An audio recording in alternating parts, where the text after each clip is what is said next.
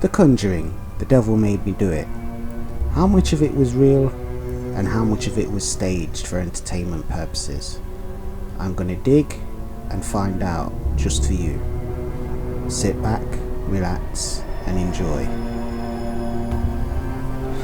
The trial of Arnie Cheyenne Johnson, also known as the Devil Made Me Do It case, is the first known court case in the United States in which the defense sought to prove innocence based on the defendant's claim of demonic possession and denial of personal responsibility for the crime.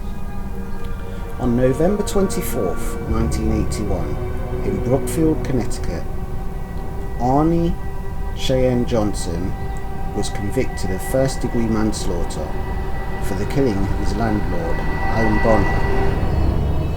According to the testimony by the Glatzel family, 11-year-old David Glatzel had played host to a demon. After witnessing a number of increasingly ominous occurrences involving David, the family, exhausted and terrified, decided to enlist the aid of Ed and Lorraine Warren in a last-ditch effort to cure David. The Glatzel family, along with the Warrens, then proceeded to have multiple priests petition the church to have a formal exorcism performed on David. The process continued for several days, concluding when, according to those present, a demon fled the child's body and took up residence within Arnie. These events were documented in the book The Devil in Connecticut by Gerald Brittle. Several months later, Arnie killed his landlord during a heated conversation. His defense lawyer argued in court that he was possessed, but the judge ruled that such a defense could never be proven and was therefore infeasible in a court of law.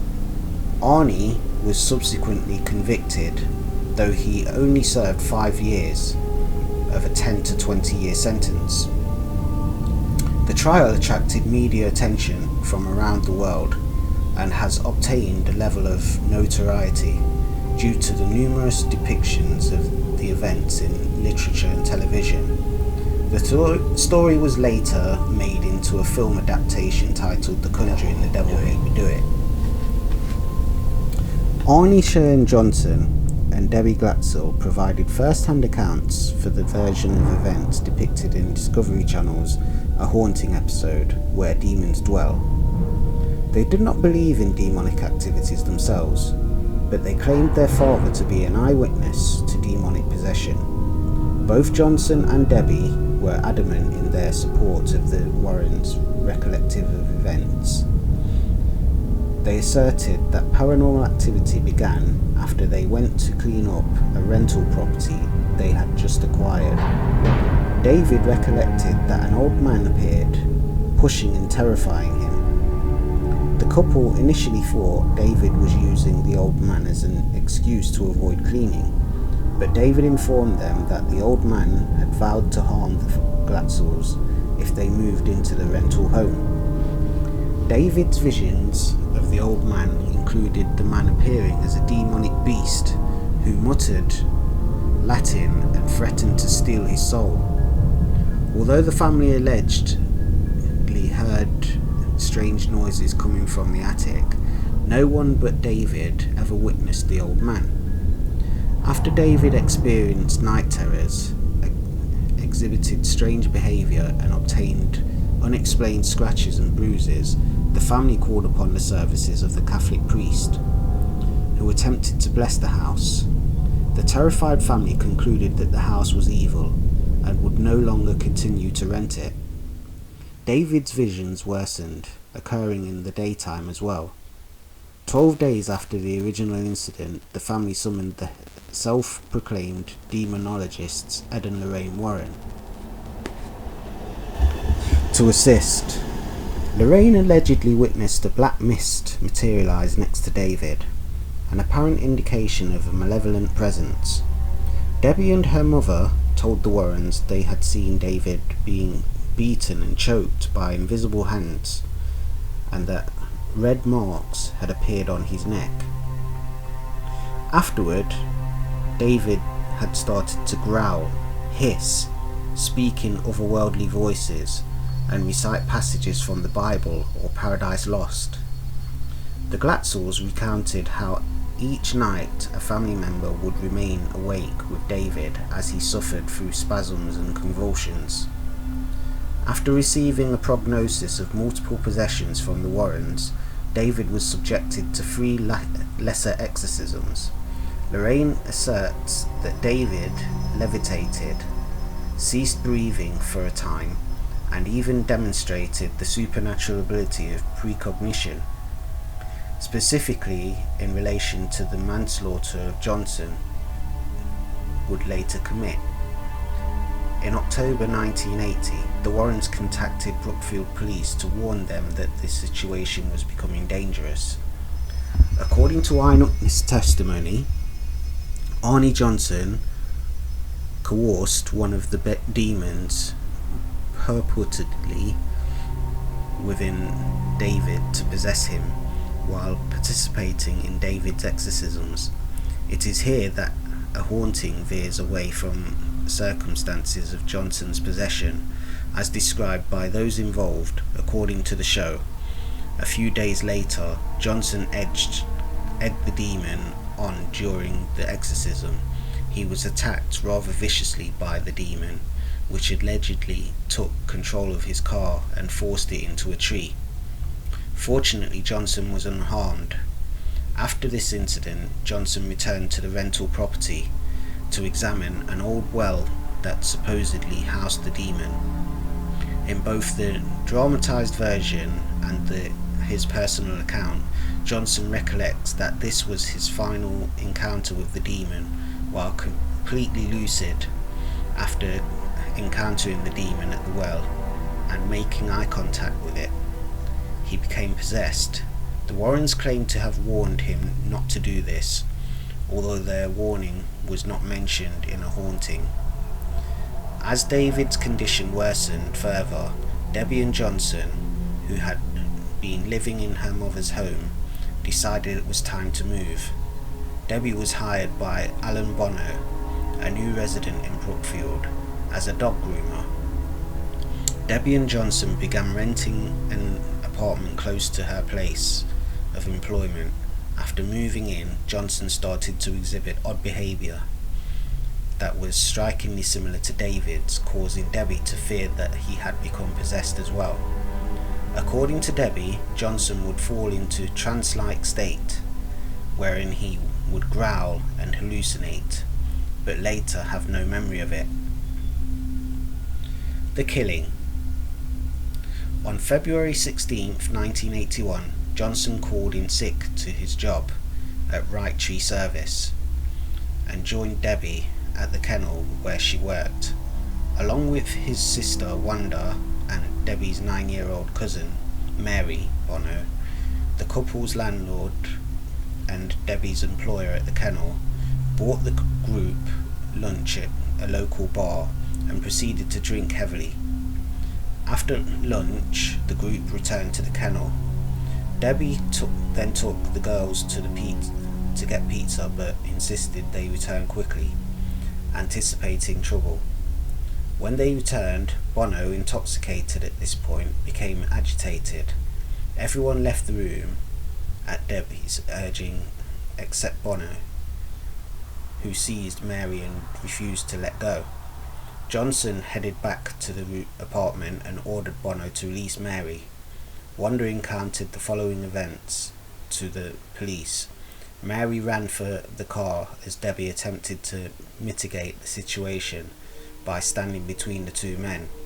Wanda tried in vain to pull Johnson away. Johnson, growling like an animal, then drew a 5-inch 130mm pocket knife and stabbed Bono repeatedly.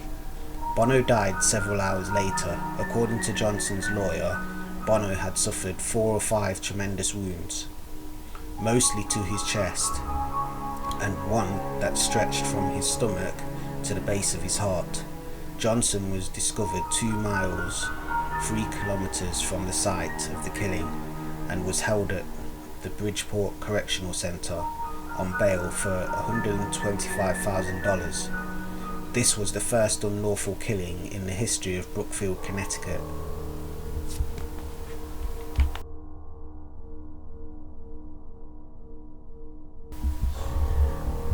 Media reaction and legal proceedings. The day after the killing, Lorraine Warren informed the Brookfield police that Johnson was possessed when the crime was committed. Evidence promised that lectures, a book, and even a movie detailing the gruesome case. Johnson's lawyer received calls from all over the world about what was being called the Demon Murder Trial. Minella travelled to England to meet with lawyers who had been involved in two similar cases, though neither went to trial. He planned to fly in exorcism specialists from Europe and threatened to subpoena the priests who oversaw David Glatzel's exorcisms if they did not cooperate with the defence. The trial took place in Connecticut's Superior Court in Danbury, beginning on October 28, 1981. Minella attempted to submit a plea of not guilty by virtue of possession, but the presiding judge, Robert Callahan, promptly rejected this defence. Callahan argued that no such defence could ever exist in a court of law due to lack of evidence, and that it would be irrelative or unscientific to allow related testimony. The defence chose to imply that Johnson acted in self-defence. Because of this, the jury was not legally allowed to consider demonic possession as a viable explanation for the killing. The jury deliberated for 15 hours over 3 days before convicting Johnson on November 24, 1981 of first-degree manslaughter. He was sentenced to 10 to 20 years in prison, although he only served 5. Aftermath. The incident led to the creation of a television film titled The Demon Murder Case on NBC, and preparations for a feature film, the production of which was stalled due to internal conflicts. In 1983, Gerald Brittle, with the assistance of Lorraine Warren, published a book about the incident titled The Devil in Connecticut. Lorraine Warren stated that profits from the book were shared with the family. Sources confirmed that $2,000 was paid to the family by the book publisher. Upon the book's republication in 2006 by iUniverse, David Glatzel and his brother Carl Glatzel Jr. sued the authors and book publishers for violating their right to privacy, libel, and intentional infliction of emotional distress. Carl also claimed that the book alleged the committed criminal and abusive acts against his family and others. He said that the possession was a hoax concocted by Ed and Lorraine Warren to exploit the family and his brother's mental illness, and that the book presented him as a villain because he did not believe in supernatural claims. He asserted that the Warrens told him the story would make his family millionaires and would help Johnson's get out of jail. According to Carl Glatzel, the publicity generated by the incident forced him to drop out of school and lose friends and business opportunities. In 2007, he began writing a book titled Alone in the Valley, about his version of the events surrounding his brother. Lorraine Warren defended her work with the family, saying that the 6 priests who were involved in the incident agreed at the time that the boy was possessed, and that the supernatural events she described were real. Brittle, author of The Devil in Connecticut, says he wrote the book because the family wanted the story told, that he possesses video of over 100 hours of his interviews with the family, and they were signed off on the book as accurate before it went to print. Glatzel's father, Carl Glatzel Sr., denies telling the author that his son was possessed. Johnson and Debbie, now married, wholeheartedly supported the Warrens' account of the demonic possession and have stated that the Glatzels in question are suing simply for monetary purposes. The event inspired the premise of the 2021 film The Conjuring the Devil Made Me Do It. Those are all the facts that I could gather from the information I could find, and everything else in the movie, as far as I know, has been staged. But it's still a damn good movie, and I do recommend, if you haven't seen it, to go out and watch it. That's all for now. Thank you very much for watching, and for those who've subscribed, I also thank you very much. Any support is much appreciated.